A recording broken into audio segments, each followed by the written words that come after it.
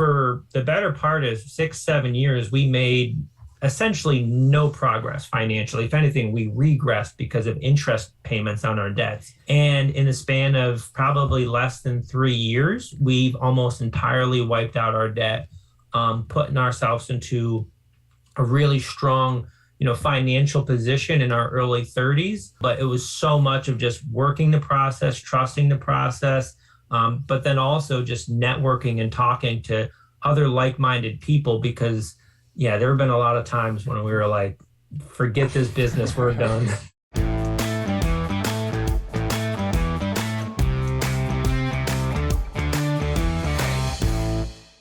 Welcome to the Real Estate and Financial Independence Podcast. I'm your host, Chad Carson. You can also call me Coach, and this is a show all about helping you get out of the financial grind so you can do more of what matters. Whether you're a brand new listener or a longtime listener, it's always an honor to have you back for another episode. The topic of today's episode is from $100,000 in student debt to financial independence in their 30s. This is an interview with Allie and Josh, also known as the Phi Couple on Instagram. Hopefully you know by now, listening to this podcast, that I love bringing you real world stories, and not just stories of people who've already climbed the mountain and achieved financial independence, but even better, people in the trenches who are doing it, who are in the middle of their journey. And that's exactly what you're going to get today with Allie and Josh.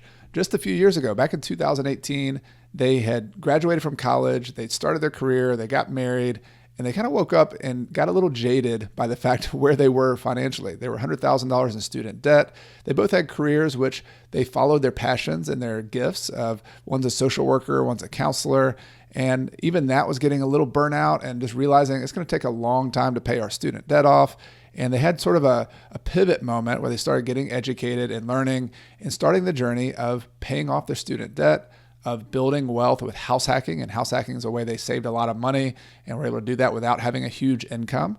They also eventually started a side business and they tried to make some extra income as a side hustle. And so in this conversation, we talk about all of that, both the mechanics financially of what they've been doing, but also importantly, the dynamics of a couple, of how you as a couple deal with some of these financial changes. And often is one person in the couple who wants to do it faster than the other, and how do you have a language to communicate with each other and to do it in a way that you can journey together. And so that's why they're called the Phi Couple. They talk about that journey. And so it's a fascinating conversation from the mechanics to the relationship side of it, to the long-term vision of them wanting to get out of the rat race. Have a lot of fun in this conversation. I think you're going to enjoy my talk with Allie and Josh. But before we get to this week's interview, it's time for my weekly behind the scenes segment where I share a short snippet of what's going on with me and my real estate investing, my finances, or my business behind the scenes. And this week, I want to talk about something that's related to a personal goal that my wife and I are trying to accomplish this year. We're actually moving to another country. We're moving to Spain. I mentioned that in a couple of prior episodes with our family. We're planning to live there for about a year, starting in late July of 2022. And I'm actually going to have another episode coming up soon where my wife and I talk about just our plans and why we decided to do that and how we're doing it, in case you're interested in that. But today's behind the scenes segment is the idea of renting out your home if you also want to do something like that. And whether you want to travel abroad, whether you want to just do something different, maybe move and take an RV across the country, or go take your kids or your family or just yourself to another part of the country that you've never been and just hang out there for a little while. If you want to just try this mini retirement idea that I've talked about in the past, renting your home is a tool to help you do that. And so we're actually planning on renting our house, and we're going to come back to it after we get back. And it seems like it's a mental block for a lot of people to rent out their house. And it is, I'm not going to lie, there are going to be some details like packing your stuff, where do you store it? We're going to talk about that in that interview with my wife in more detail. But it is doable. We've done it in the past. In 2009, when we traveled to South America, we did that and rented out our residence. We also did the same thing in 2017 and 18 when we went for 17 months with our two kids to Ecuador. And so it's just a tool to know that you don't always have to sell your property. You don't always have to have a house be a hassle or an anchor that keeps you where you are. Renting your house for a short period of time, whether that's Airbnb, we're probably going to do a long-term rental. Just find somebody who wants to stay here for a year and use the furniture in our house and kind of put all of our personal stuff in storage down in a basement or in a storage unit somewhere.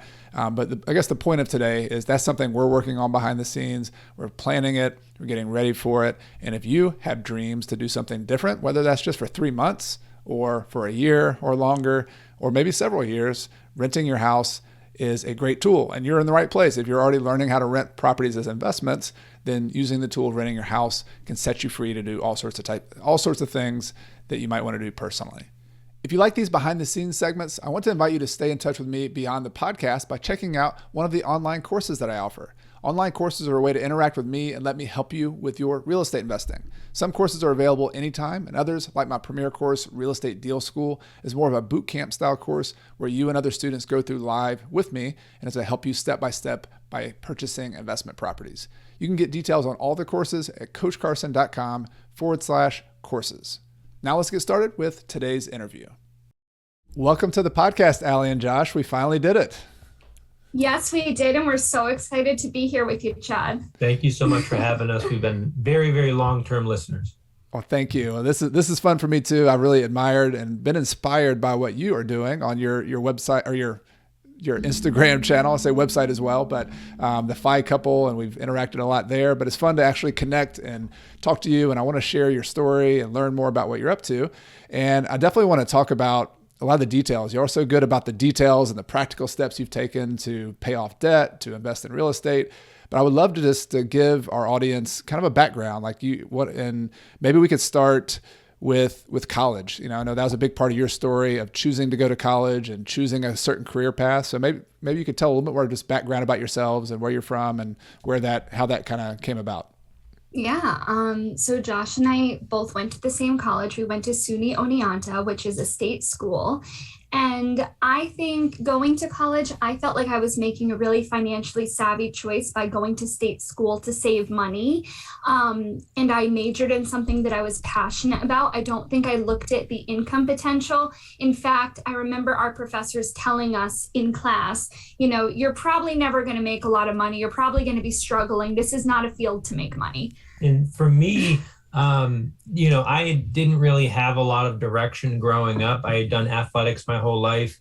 When I realized that playing collegiate athletics wasn't really in the cards for me, I figured it was either going to be, going into the workforce or maybe pursuing a degree. And I got lucky with some scholarship opportunities for, financially challenged youth. And so that's kind of what brought me to college. But I didn't have any sense of direction for major or future career. And I just kind of fumbled through college until I kind of got a sense for what I wanted to do. And I think too, when you think about college and higher education, you're talking about an 18-year-old making a life-altering decision. So just that, it's like, did we really choose? Yeah, we chose, but we chose with a not even fully developed brain. Yeah. And just so people know, what field or what area of study did you choose to go into, each of you, when you were in college? Yeah, we both got bachelors in child and family studies, and then went out into the workforce. So that's like human services work. And then I did end up going back for a master's in clinical social work a few years later. Got it. And another important question, Josh, what were these sports you played in high school? This is, we got to get that on the table. What were you balling at? Oh God, everything. So I wrestled most predominantly, played football and played lacrosse. Eventually though, football was no longer in the cards because everyone kept getting bigger than I, and I had to kind of keep my weight down for wrestling. And so that was actually a really interesting turning point though, because I was a 3-sport athlete growing up. Suddenly I had summers off. And so suddenly now I had a lot more time. And so I started working as much as I possibly could, because growing up from, frankly, very low income background, if I wanted something, it was going to be me who had to provide for it. So when I stopped playing football, I replaced it with working as much as I could, every other job you could imagine. Love it. So you've mentioned your financial background. I think a lot of people listening to this might already be out of college, but there are definitely some people who are in kind of thinking about that. Do you remember your mindset around money at that point? And you mentioned your teacher saying, this isn't a career you're going to make a lot of money in, and you went to a state university trying to make a good decision. So it sounds like you weren't making, these were not any of them bad decisions, but do you remember at the time, now that you've made different financial decisions now, what was your mindset around money and borrowing money and getting student debt at that point? It was so misinformed. When I say misinformed, I think it's the mindset that most people have. I did not flinch at student debt because I said, one, I'm being responsible by going to state school. Everyone has debt. Doesn't everyone just have tons of student loans and it takes your lifetime to pay them off? And really for me, I was like, I'm going to get a job that I love and I'm passionate about, and I'll have benefits and a pension and everything will be totally okay. And I think that is a lot of the narrative that we are fed as people, and a life path many people take, and it's all okay until it's not okay. And kind of like if you're making an investment, like half the story is, okay, well, what's the risk? What's the debt, et cetera? And then what is the return on that investment? And I know for me personally, I never really considered, okay, how much debt am I taking on and what is, a reasonable income that debt will then provide me. Frankly, it was very much just kind of, we'll see how it all works out in the end kind of thing. And that was interesting, but understanding of implications of that debt, types of incomes I could earn, none of that was a factor. We had no concept of money. I remember going through those disclosures they have you read, right? And I'm like, oh, my student loan payment will be this. Like, I had never paid bills to that capacity. Right. I had no idea. And I think that's very common for people at that age if they didn't have that guidance. Yeah.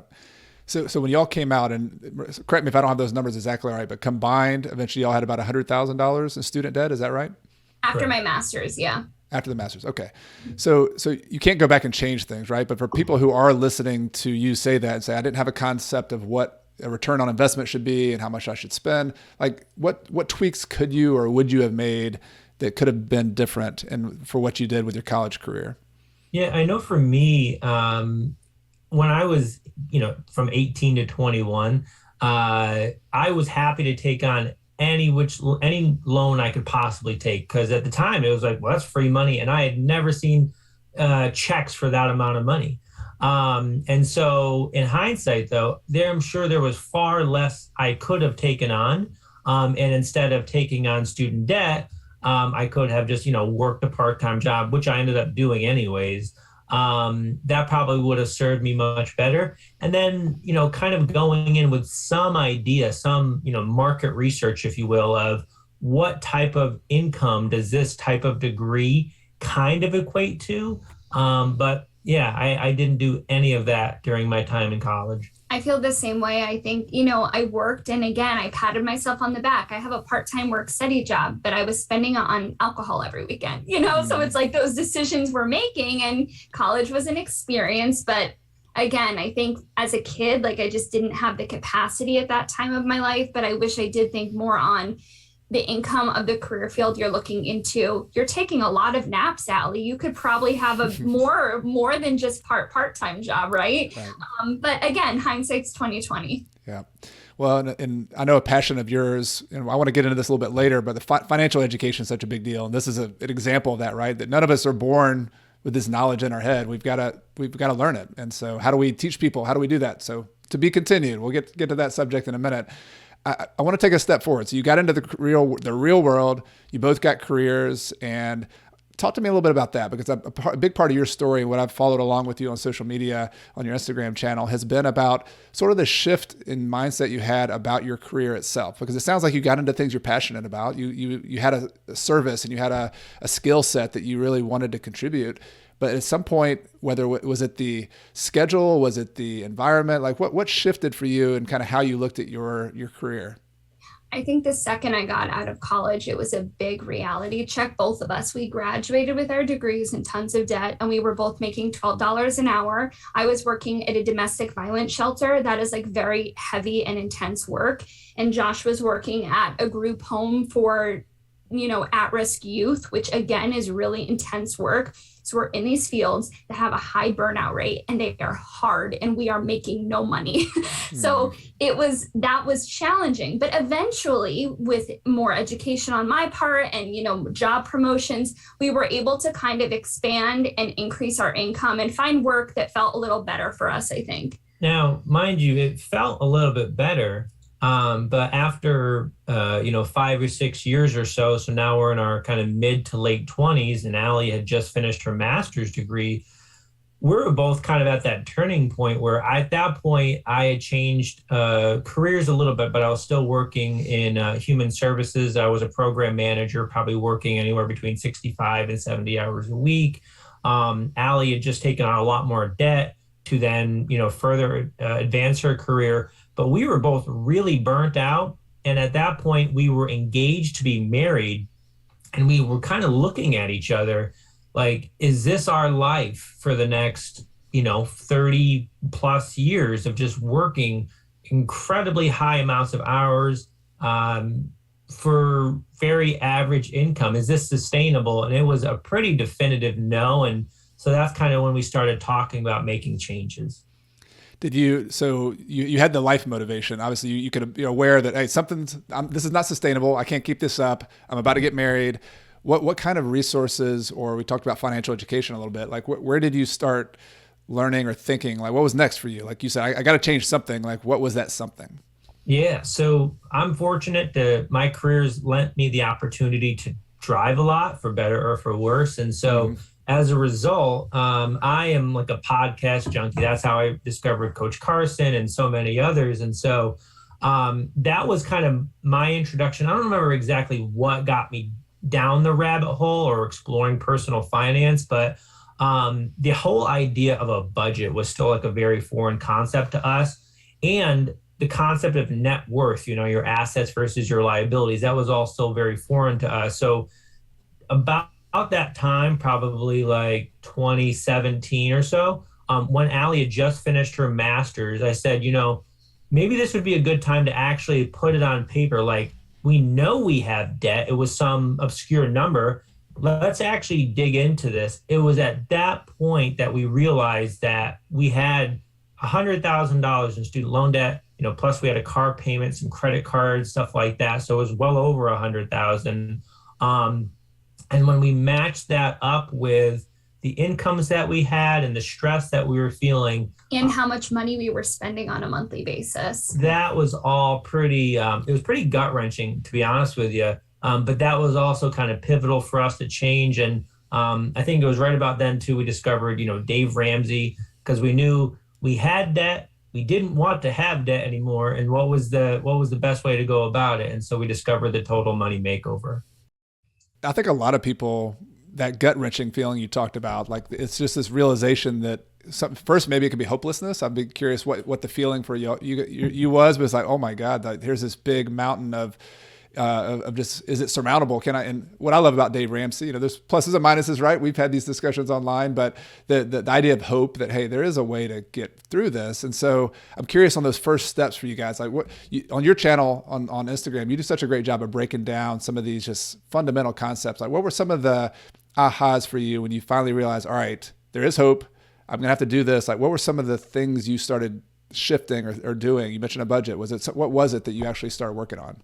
I think our biggest piece was identifying what our debt load was, and also looking at like, what are our incomes? What is a reasonable payoff time? What is our life going to look like? And kind of mapping that out and really tracking expenses. And when I say all of that, I really mean that Josh was doing it, because we were not on the same financial page in the beginning. Josh had a gut-wrenching response to this. I had a totally dissociated response. I was like, head in the sand. Who cares? Everyone has debt. You're telling me I have to adjust my lifestyle? Thank you, next. Like, it's not happening. I really wanted nothing to do with any of this.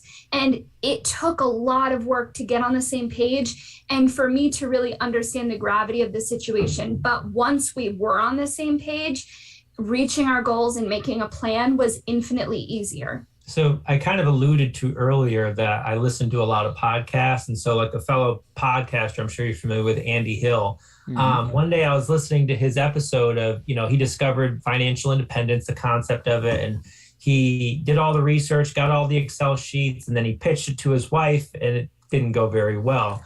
I made that same mistake. And upon rethinking and recalibrating, I think what was the biggest turning point, at least for Allie, to kind of be on the same page, was when I started equating, okay, so all of that debt that we have, what does that mean in terms of our ability to do the things that we say we really value. We made a whole list of things that make us the happiest, things that we value the most. And it became abundantly clear that we weren't really able to do a lot of the things that we said we loved the most because we were working crazy hours to service this debt. So at first with all of this, I was so transfixed on everything that Josh was asking me to give up and sacrifice. But once I changed my mindset of everything I have left to gain if I do this, that is when it was like, oh, this is cool. Like, this is really cool. But it took a while.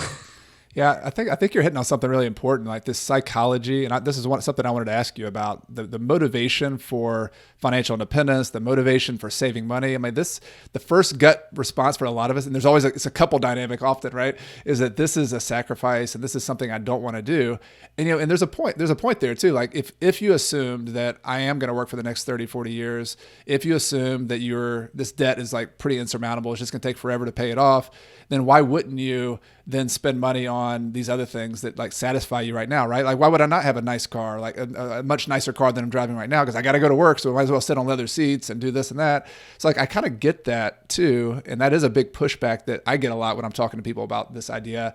But I love how you kind of reframe that, and you had this conversation, which is not easy to have among couples. Talk about money.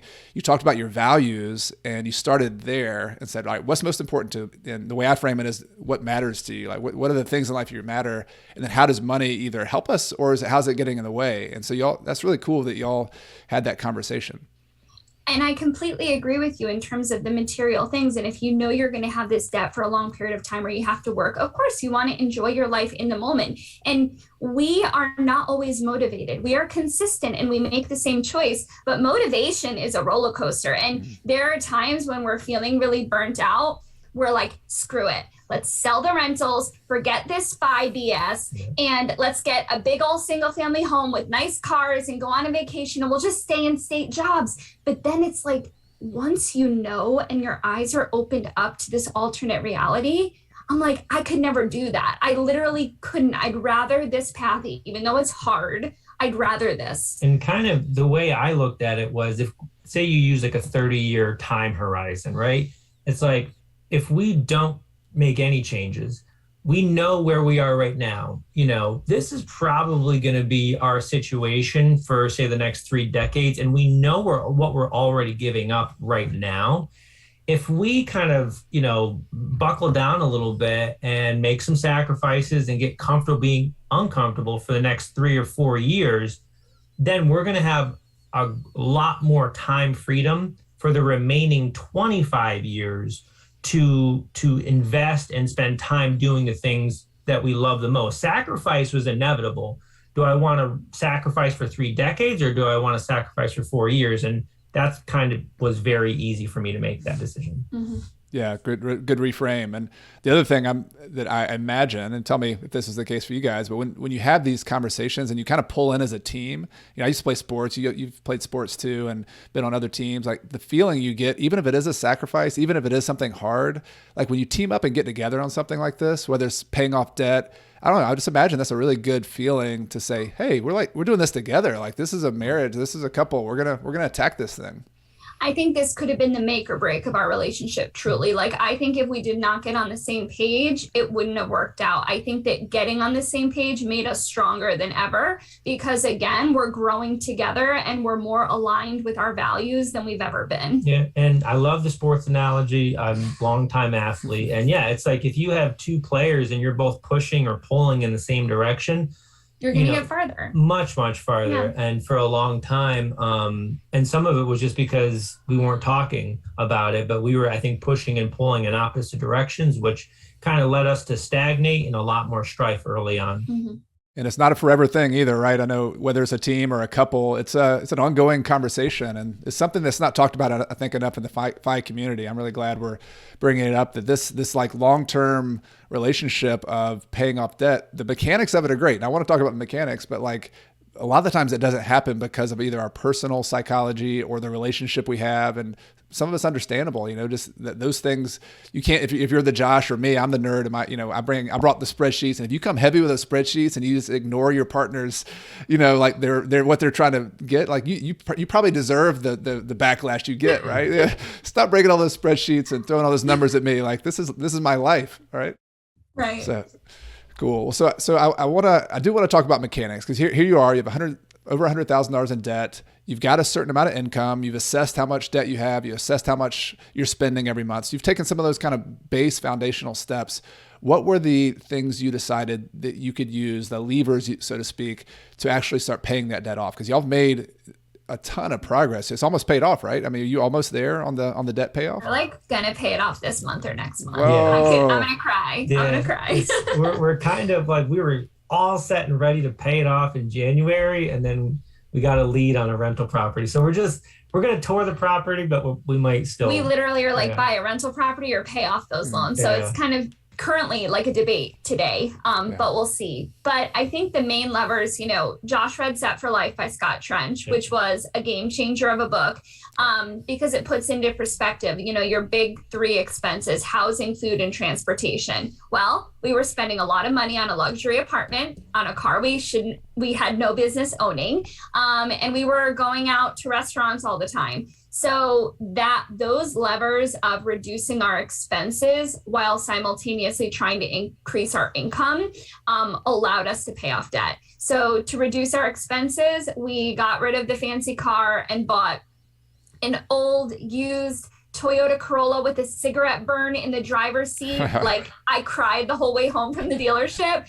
but we bought that in cash, so we didn't have a car payment. And instead of our luxury apartment, we bought a 120-year-old duplex that we house hacked. So piece by piece, we were shoveling away that expenses and, increasing our income. Yeah. And like I said earlier, I mean, to give credence to the total money makeover approach, we tried that approach, kind of the rice and beans, and cut out all the little coffees and stuff like that. And for some people, utmost respect, it works for them. For us, because I think we were already really burnt out, sometimes those little things are actually really nice. A cup of coffee, or going out to dinner after a long week or whatever. And so that's where, again, Set for Life was so transformative. You can still enjoy those simple pleasures and stuff, but if you really hone in on the biggest three expenses and really master, or at least optimize those, the outcome that you can have is profound. And that's that set us on the trajectory we're on now. Mm-hmm. Love it. Well, of course, house hacking is, I'm a lover of house hacking. Did it myself. My wife and I, when we got married, I was already living in our fourplex I was in unit number 2, and that was our coming home from the wedding place was our little unit number 2 in the apartment. And I just have such fond memories, not only of the money side of it, but just the kind of buckling down and living inexpensively. And so I'm curious for you guys, what were some of the actual savings? Do you remember any of the numbers of the house hack? Because what were you paying in the luxury apartment, and then how much could that actually save by doing that, both with the housing and with the car? We were paying over $1,300 in the luxury apartment, and that doesn't count utilities. And so the property that we ended up buying, we were also, that's where we came back from after our marriage too, or our wedding.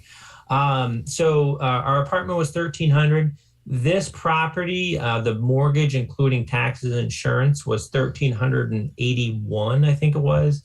And it was actually already had a tenant upstairs paying $725. So I think it was a little over $600, which, as two people who were already working long hours in human service professionals or professions that didn't really have a huge upside potential in terms of income, going from, say, $1,300 a month down to, call it $700 a month, right?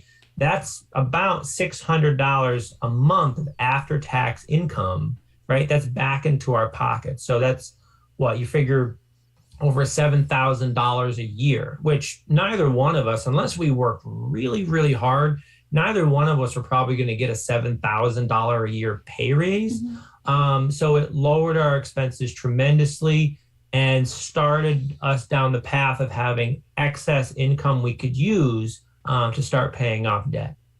Yeah, that's huge. And housing, I think the numbers I've looked at, it changes year to year, but like the national statistics is like 30% to 40% of people's average budget is just in housing.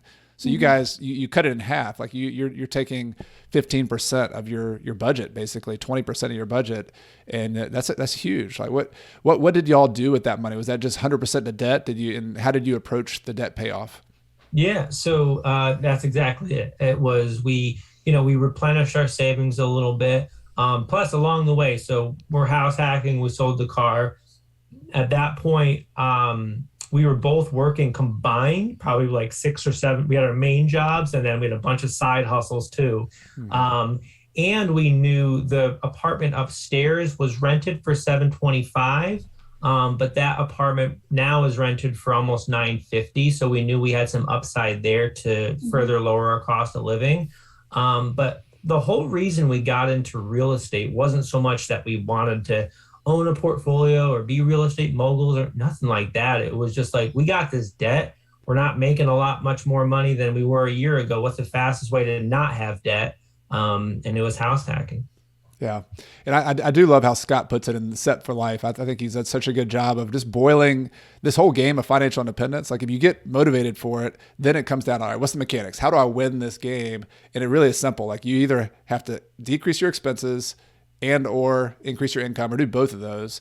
And so many of us realize that. I love your distinction on, hey, I enjoy my coffee, or I enjoy this little thing. I enjoy going out with my partner to have a nice meal here and there. You guys hit the big stuff. You got rid of the car payment. You got rid of the house payment, at least half of it. Now you freed up, $7 to $10 grand a year. You start paying down the debt. You start replenishing your savings. That's a bunch of traction. And for people, it's not easy to overnight to just increase your income, although you all worked side hustles, but you put all that together. You started paying it off. Like that was 2018, right? Here we are in 2021. So is that 10,000 per year that you can save, 7 to 10,000 per year? Like, does that start compounding? Because some people might still look at that and say, well, $100,000. Wow, that's a lot. Like y'all have made a ton of progress in a relatively short period of time. Like how did that work? It was really 2019 because we closed on our first house hack December of 2018, right, the last Christmas week.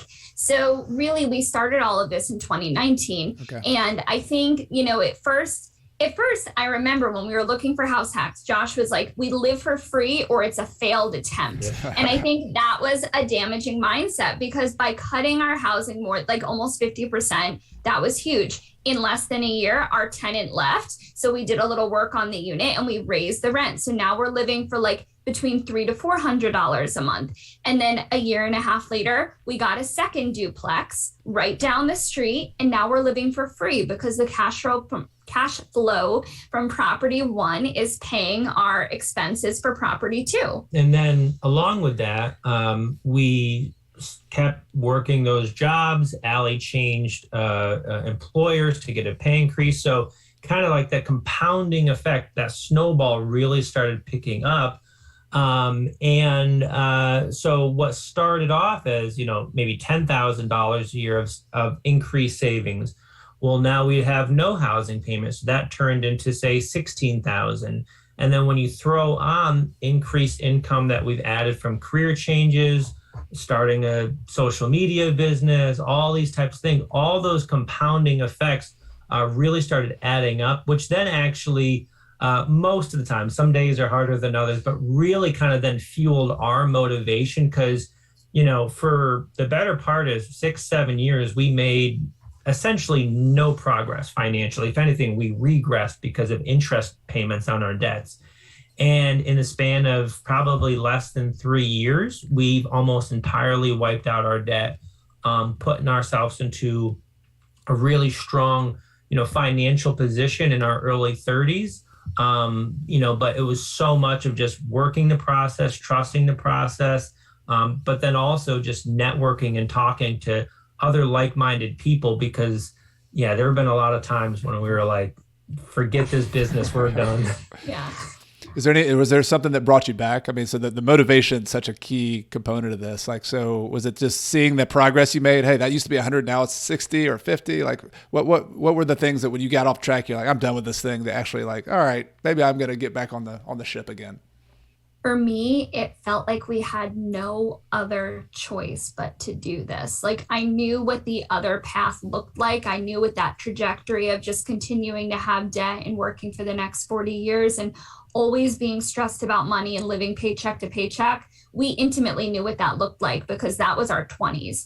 And I was tired of feeling broke and I was tired of being stressed about money. So the stress of paying off the debt and buying a duplex that I knew nothing about, like that sucked. But the alternative like sucked a lot more. Something that kind of helped me and us stay motivated too was one, obviously the progress, right? So we went from being able to make, $500 payment like on our student loans to $1,000, which was a huge win. It's like when I can't lift a 10-pound dumbbell. Okay, we'll start with a 5 and then you work you're getting stronger. And so we started being able to make, rather large chunk payments, which is really inspiring. But then also, we've had a lot of mentors, Chad, who are much older than us and are in really, really strong financial positions. And it wasn't so much talking to our peers that would kind of keep us motivated because a lot of our peers just think we're crazy. It was speaking with people who are, a few decades older, who we really admire what they've accomplished. It was their feedback of, you guys are doing the right thing. If you keep doing what you're doing, this is where you'll end up. And that was really motivating for us. And then the last thing I'll say is, honestly, date nights, going out for dinner, getting the coffees, learning to splurge on vacations and stuff. Those little things too really, propelled us to keep going. So good. I love the mentorship idea. And again, I love this idea that you can't, if you're so 100% sacrifice, you got to dial that back. Like sometimes you get excited and you're like, I'm all in on real estate. I'm all in on debt payoff. But yeah, it's not sustainable. It's like if you're running a race, a 20-mile race, which I've never run a 20-mile race, but if you were and you started sprinting at the beginning, you're done, right? So it's a long race. So I want to get into the business side of things. I feel like that's a lever that we don't all talk enough about. But I want to go one more thing on the debt. So the mechanics of choosing to invest versus pay off debt. I know this is a big debate a lot of people have, and you were kind of living that debate and still are living that debate. Like, how have you made that call at different points of your journey here? I think it was huge for us because if we had not taken on more debt by investing in real estate, we would not be able to so aggressively pay off our debt because by house hacking, again, I think for anyone looking to get started with real estate, we are firm believers that house hacking could be one of the best ways to get started. That was really the push that we needed to propel our debt payoff journey. And I think for us too, first we kind of had to sit with the concept of debt. I think sometimes it all kind of gets lumped in and there's often like a negative connotation and you hear these horror stories, right? But in our opinion, not all debt is created equal, and some debt can, give you money, and then some can take money from you. And so once we kind of delineated that helped a lot. And then the thing too is, there's that narrative of like a this versus that kind of thing. Every step of the way that we've been eliminating our debt, one, that in and of itself is an investment, right? Because all that interest that otherwise would have been accrued, you're locking it in. Plus, so like there's an ROI in terms of income, but there's also an ROT, right? So we're saving a lot of time now because we don't have that debt. But two, we've been investing in our brokerage. Obviously, we've been buying more real estate. We have some retirement accounts. So I don't really live in the all or nothing realm like I used to when I was younger. You can do both. It's just a matter of which one you prioritize, kind of offense and defense. I think we talk a lot about like having a balanced approach because it is so easy to be in the extreme. Like, don't pay off your debt, just super, super invest and then pay off your debt later. Or like, don't invest until all of your debt is gone. And both of those scenarios kind of stink because the mental burden of debt is massive. So we wanted to get rid of it. And we didn't want to just pay off debt. That's not really fun. Like we wanted to invest. We wanted to feel that payoff of investing. So again, it was like, how can we have our cake and eat it too? And I think we found a great way to do that in a responsible manner. Yeah, I love it. So if you're saving $30,000 a year, Some of that can go to debt payoff. Some of that can go to a down payment on a house hack. Some of that can go to your 401k or some other retirement vehicle that's a really good vehicle to invest in. So you found that balance between not only the vehicles themselves, debt payoff, real estate, and also 401k, but also between the assets. I know that we've had these chats online too about real estate versus stocks. Like there's so many people who are ideological about that. Oh, real estate's the only way to go, or index funds the only way to go. Real estate's so horrible. You talk about that balance as well. Yeah, and I know I bring back the sports analogies a lot, but we see it really as there's 4 quarters in a year, and so each quarter we prioritize different investment allocations, if you will. So a lot of times we kick off the year with a big focus on debt reduction and now elimination. And then, usually the second to third quarter of the year, so we're in upstate New York, so it starts getting warmer a little bit. So that's typically when we kind of start peeking our head out a little bit for real estate, because sometimes, with 0-degree temperatures, it's hard to look at deals. So and then that's kind of how we've broken down our goals year after year after year, the last 3 years. And that's kind of really, because when you look at all the goals you're trying to achieve, it can be really overwhelming. Whereas if you chunk them out into quarters and just say for the next 90 days, this is what our focus is. Yes, we're going to honor those other goals, but right now this is priority 1, 2, or 3. That's helped us focus tremendously. Mm-hmm. Yeah, got it. So far we've talked about different levers. We've talked about the conversation and the awareness as a couple and as a person of debt, of your finances. That's kind of a primal level. You've also talked about saving money and not just trying to save on lattes and coffee, but actually the big stuff. And you've done that. You've started increasing your savings with that. You've also started working side hustles or changing careers. You changed from one employee to another to make a higher income. The one we haven't talked about, which is the final lever that you guys use and that I have also used a lot in my career, is starting a business, starting a small business, a side hustle, being an entrepreneur. When did the idea of being an entrepreneur and starting your own business, in this case for you as a social media business, when did that kind of get on the radar for you guys? So I remember in spring of 2020 when the world shut down due to COVID, Josh and I were both in our house together, and we had spent more time together during that window than we had spent in our entire life together, right? Our whole marriage, our whole relationship. I only had like 2 weeks straight of him on a vacation, right? So we're talking like 2+ months together. And I liked it. And I said, I really like you. I married you. I should like you. And I want more time with you. So I had this idea, like, we should do a business like coaching other couples. We're a couple. We should coach other couples. Like, I'm a mental health professional. You love finance. Like, we should coach people on like mindset and money. And I remember Josh was like, that's the dumbest idea. Why would 2 people coach someone? Like, you pay for a single coach. You don't pay for 2. So the idea kind of faded. COVID continues. I return back to my job. We just closed on our second duplex. And I wake up literally in the middle of the night, 3 a.m. And I'm like, we should start a social media channel and document our journey to FI. We're normal people with average incomes in human service careers. We've made a million financial mistakes. I want to share this and I want to show people it's attainable to more than just like someone that had a lot of money or didn't have any debt to start with. And I did wake him up at 3 a.m., which I don't think you were excited about. And again, it was like, I don't know. But I think I was so excited about it. Like, I literally forced you to do it. And I think I think I had some imposter syndrome at that point. I was always very active to begin with on social media, right, with people that I admired and looked up to. And I was already in different forums answering questions and stuff like that. And I said, well, but we're not there yet, right? So why are we going to share our story if we're not yet there?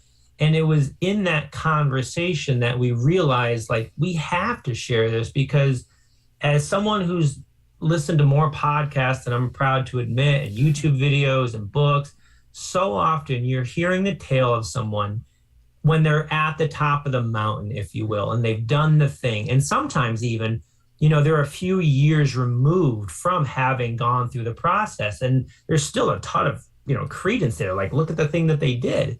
For us, I was like, we're not there, but we're probably somewhere in between right now. And sometimes the stories that I've always personally resonated is people who are still in the grind a little bit, who are just a few steps ahead of me, because I'm like, well, heck, like they're just a few steps ahead of us. Like if we kind of keep doing the thing, then eventually we'll be there. And then if we keep going, we'll be there. And I think at that point, it was like, all right, let's do this thing. Mind you, neither of us had any background in social media. If you knew us like in real life or on our social media platforms, very, very inactive. So that's why this kind of also felt really foreign, but it's been a really interesting journey.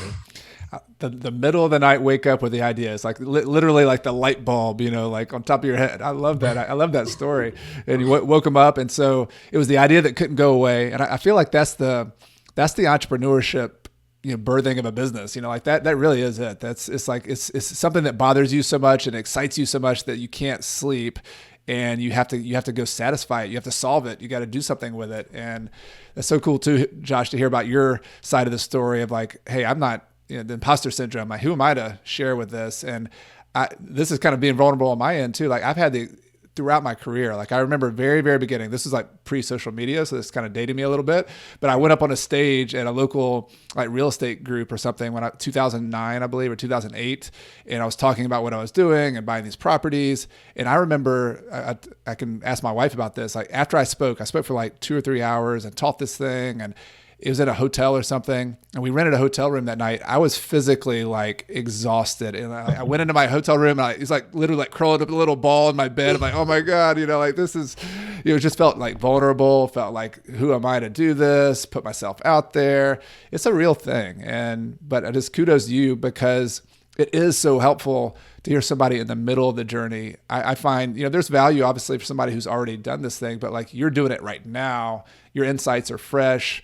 You have a good perspective, and your stuff because you've learned it as well. So I just think it's cool that you guys had that idea. And then social media is so high on online businesses because the cost of starting is so low. So talk about maybe just the mechanics of what did this thing look like? Did it start, I'm just going to start posting stuff? Like, did you have an idea what that coaching would look like? Like, how did you come about a business model to turn this into a business? Absolutely. And I remember when we started it, I think maybe because if there is someone who was a little more into social media, it was me. But when I started, I was like, I had these crazy ideas because again, I've never been so excited for something as I was for this. Like no jobs ever excited me like this.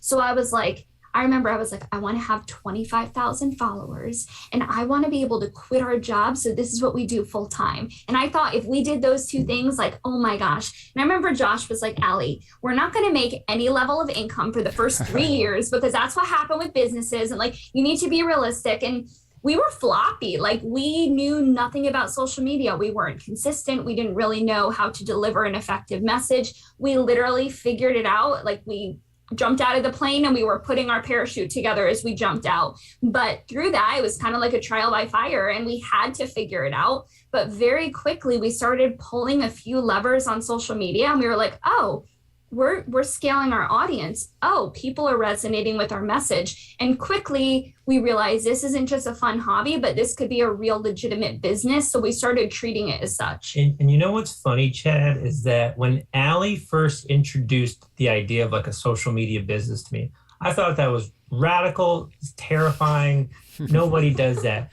Rewind the hands of time, 3-4 years ago, I was like, we are buying real estate. There, no questions asked. It is the coolest thing. Like we're selling your nice car and turning your life upside down. And she was on the other side of that equation. So there was some interesting dynamics there. But so what helped me kind of get over the fear, one, but two, kind of understand, like Allie said, the levers of like a social media business was, what did I do to feel so confident or better equipped for real estate? I read the books, I watched the videos, the podcasts, so on and so forth. So applied that same process to our business. And what's nice, I can't really speak to other platforms as much, but Instagram gives you a ton of analytics in terms of who follows you, when they're most engaged, what your audience really likes to see and what they don't really like to see, etc. And I think applying those same principles and just being honestly like very regimented in terms of when we post, how much we engage, all these types of things over the last,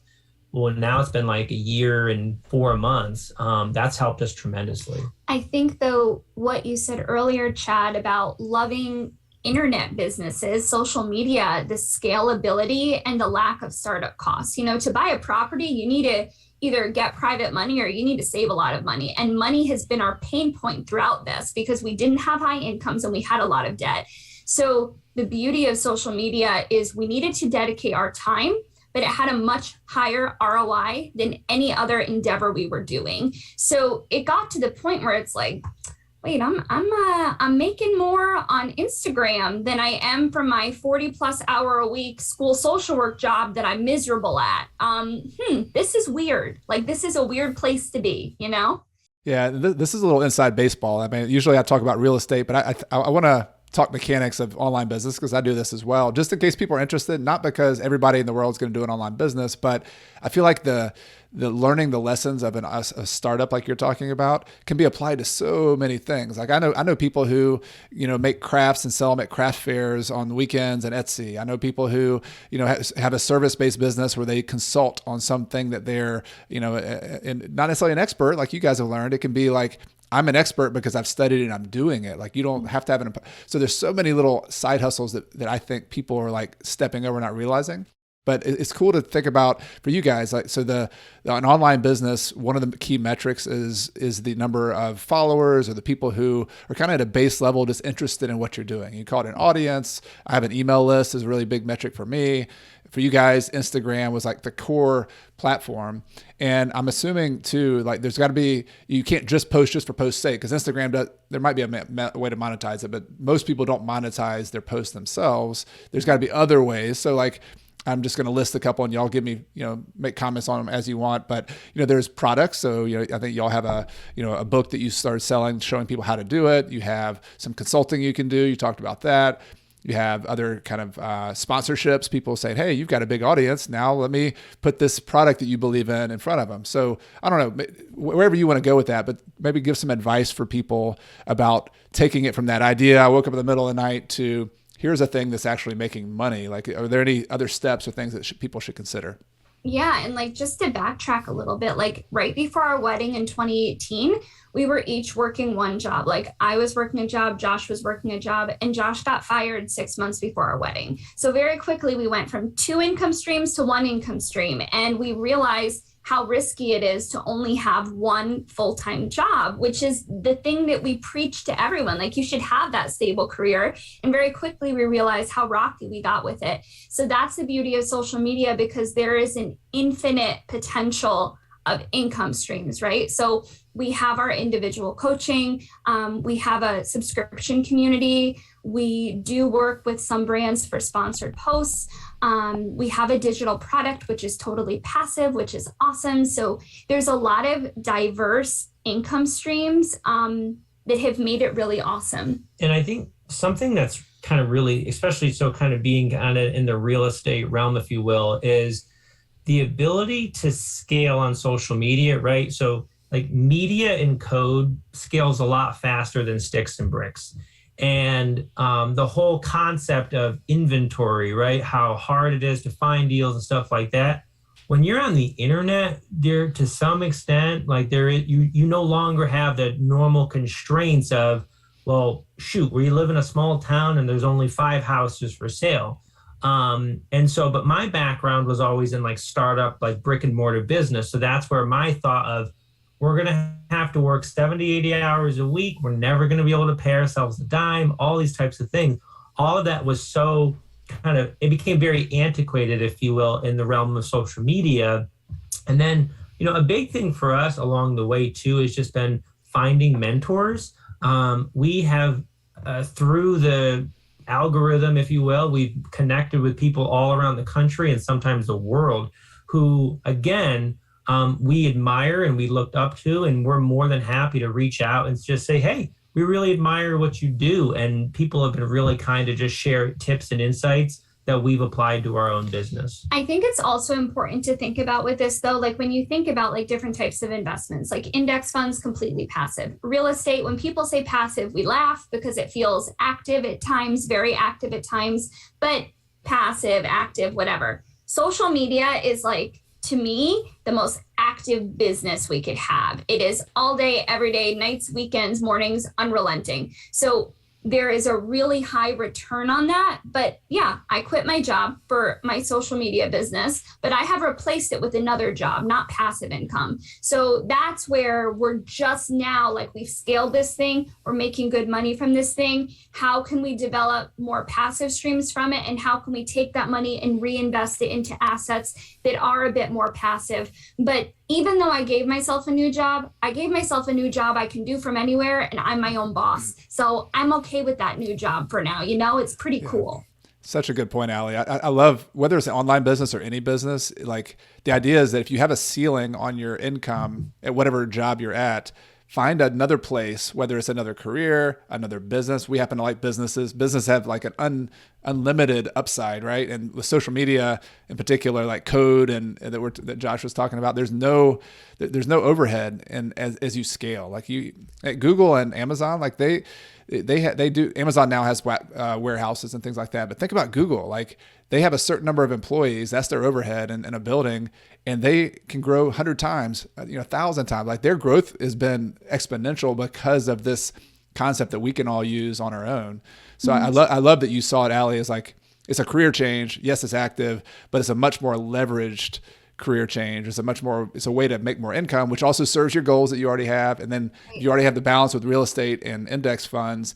There's just a nice synergy there. Like the active money goes to the index funds and the real estate, and eventually the real estate gets better. It snowballs as well. Like it's a tough startup. You're not making a lot of money up front, but like where we are now in real estate is you start paying the properties off. I have property managers doing everything. I spend probably less, some weeks it's a few hours, some weeks it's an hour. I have property managers doing stuff. Like I have much more time doing this online business for fun now than I do real estate. And yet real estate pays a big chunk of the bill. So it's a fun game that y'all are playing that it will get better and better.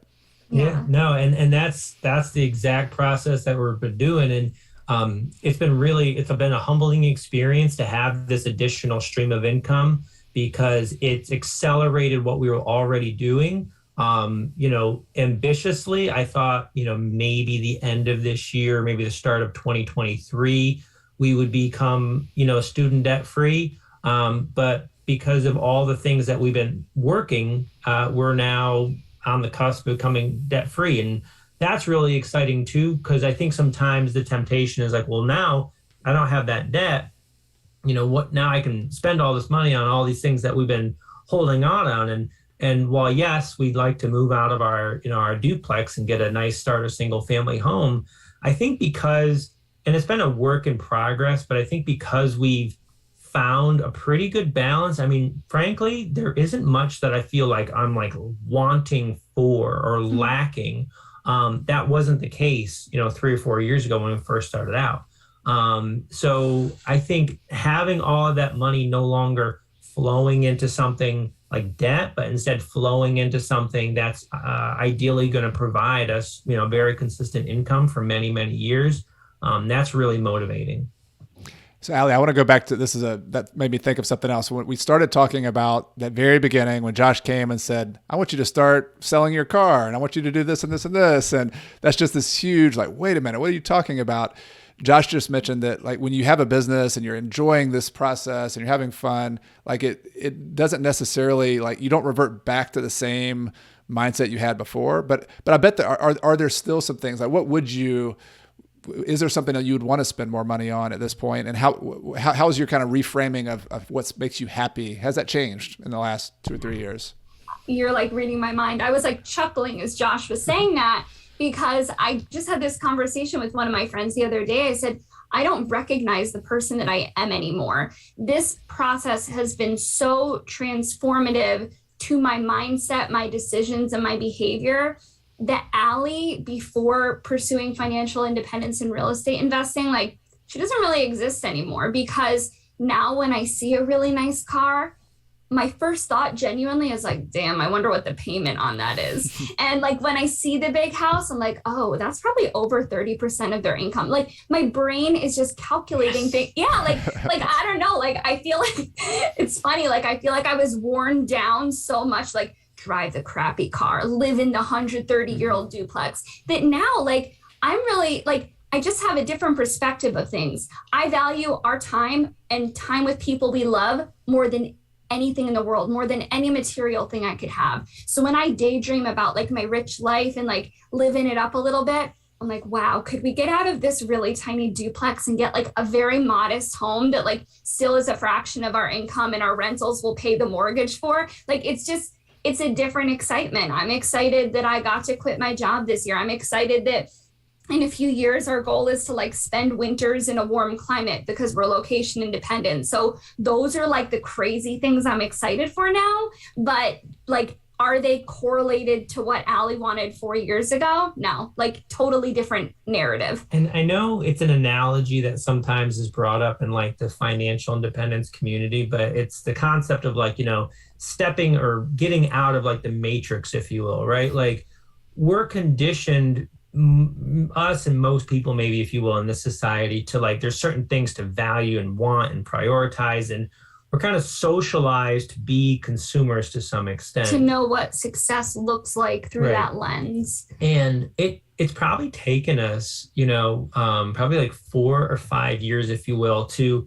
not use like the accomplishments or achievements of others, or like what society says is like this is a hallmark of success, but to actually dig in and find out like what are our true values. And this is like day-to-day conversations every day for the last 4 years. This isn't like we just like woke up like jolly, like, oh, these are our values. Like, no, like we have put our process and our beliefs to the fire like day in and day out. So it's been a process, but the people coming out of $125,000 of debt are not the people who started with it. And I'm really excited to see what's next. So beautifully said. And, just you talking about that has really actually helped me kind of click in my head something that I've been thinking about. Like a lot of my community, like one of the biggest joys I have is connecting with other people, having a conversation with you now. It's just so much fun for me. But I've also wondered, like, why is it that like my wife and I, Carrie, we lived in Ecuador, and we just totally like in a day connected with people there who are also kind of expats, and some of them are semi-retired. I was like, why is it that just all of a sudden I'm just like, bam. And, not necessarily, there's other people we're friends with, not necessarily that they're any different, they do live in the same place, but we just don't have that connection. And a lot of what I'm thinking about what you've just said, Allie, is like, it's a reprioritization of like what's important to you, how you live your life.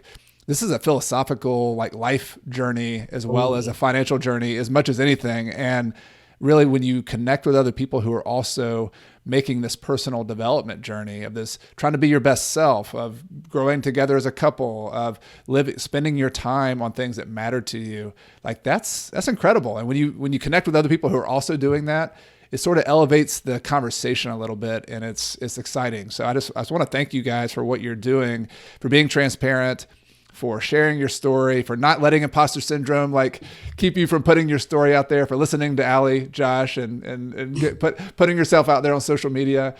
Just really been inspired by what you're sharing and what you're doing, and just thank you. Thank you. No, that's awesome to hear, and I completely agree with you. I think that connecting with others has been another huge lever for us. You said it best yourself. Our circle thought we were crazy, and that's okay. We love our circle, but we knew we needed to grow our circle. And once we did, and we connected with like-minded people, it was like we found our people, and now I'm inspired and motivated, and I'm talking to people that are doing things we could dream of doing one day. Mm-hmm. And that too has really propelled our progress in a massive way. So community is huge. And I think sometimes too, I mean, like we have some people in our hometown who we consider mentors, but mentorship could be a person you've never met, right? And, we've spoken offline about this, but a lot of your story, Chad, has been a source of immense motivation for us.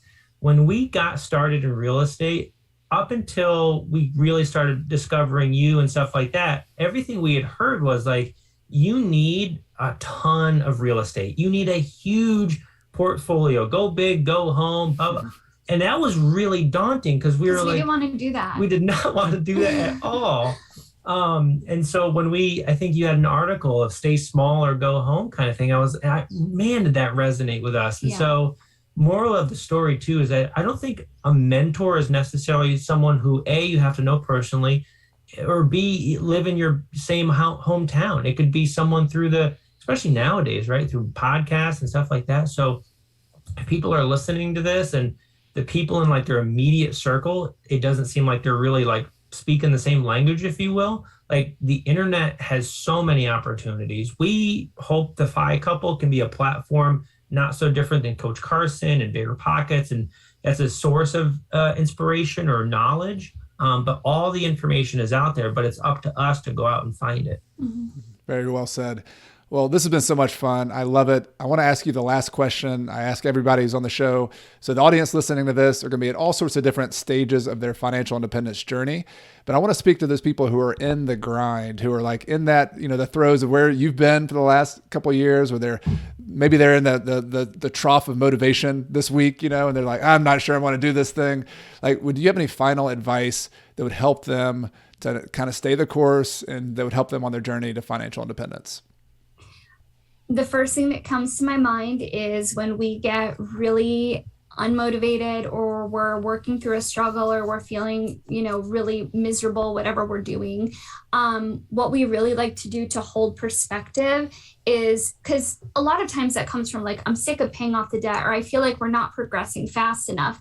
We kind of rewind and say, let's look at Josh and Allie right now, and let's look at Josh and Allie before we started. And chances are you will always be better than where you started. But the difficulty lies in you start comparing yourself to other people, and you start saying they bought 30 units. Maybe I should have done that. So it's a you versus you. So you're miserable. You're having a hard time. It's hard to stay motivated. Are you better than you were? You've made progress, and really celebrating that progress along the way. And I would say take strategic breaks, right? Because if you're all nonstop, like rarely does that work out for anyone. And I'm fortunate to have a partner who is a lot better at knowing when to take breaks than I am.